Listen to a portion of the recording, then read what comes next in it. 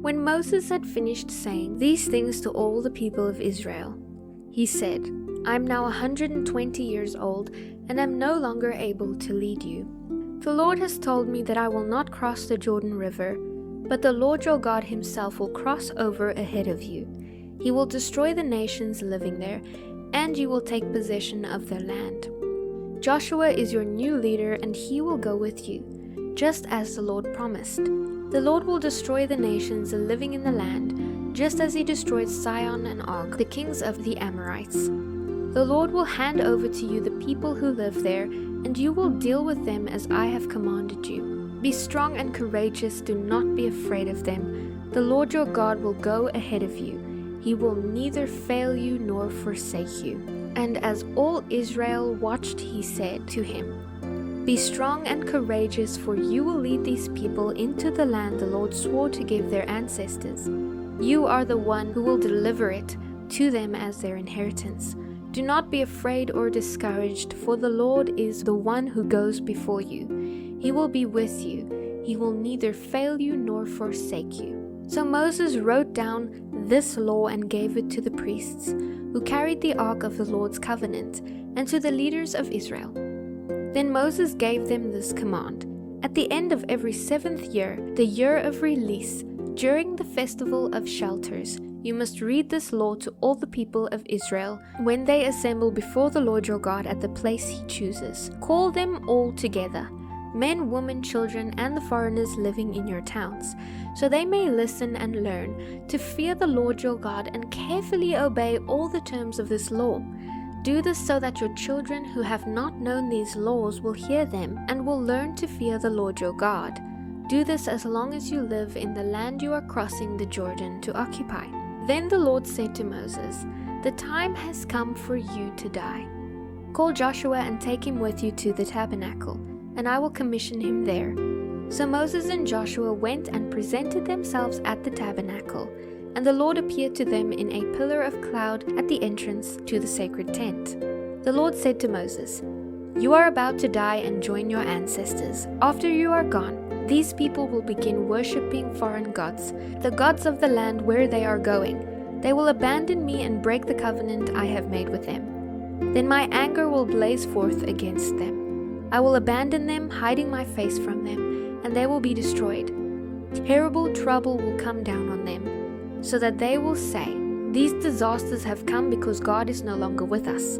At that time, I will hide my face from them on account of all the sins they have committed by worshipping other gods. Now write down the words of this song and teach it to the people of Israel. Teach them to sing it, so it may serve as a witness against them. For I will bring them into the land I swore to give their ancestors, a land flowing with milk and honey.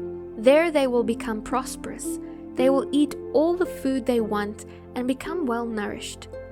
Then they will begin to worship other gods. They will despise me and break my covenant.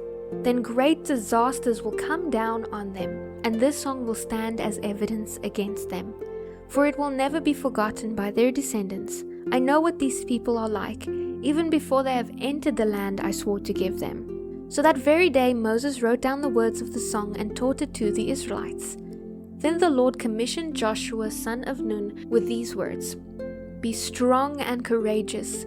You must bring the people of Israel into the land I swore to give them. I will be with you. When Moses had finished writing down the entire body of law in a book, he gave these instructions to the Levites who carried the ark of the Lord's covenant. Take this book of the law and place it beside the ark of the covenant of the Lord your God, so it may serve as a witness against the people of Israel. For I know how rebellious and stubborn you are. Even now, while I am still with you, you have rebelled against the Lord. How much more rebellious will you be after my death? Now summon all the leaders and officials of your tribes, so that I can speak to them and call heaven and earth to witness against them. I know that after my death, you will become utterly corrupt and will turn from the path I have commanded you to follow in the days to come. Disaster will come down on you, for you will make the Lord very angry by doing what is evil in his sight. So Moses recited the entire song to the assembly of Israel. Listen, O heavens, and I will speak. Hear, O earth, the words that I say. My teaching will fall on you like rain. My speech will settle like dew. My words will fall like rain on tender grass, like gentle showers on young plants. I will proclaim the name of the Lord. How glorious is our God! He is the rock. His work is perfect. Everything he does is just and fair.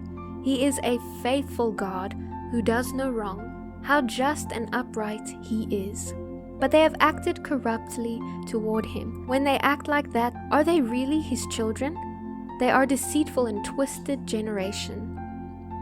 Is this the way you repay the Lord, you foolish and senseless people? Isn't he your Father who created you? Has he not made you and established you? Remember the days of long ago. Think about the generations past. Ask your father, and he will inform you. Inquire of your elders, and they will tell you. When the Most High assigned lands to the nations, when he divided up the human race, he established the boundaries of the peoples according to the number of angelic beings. For the people of Israel belong to the Lord.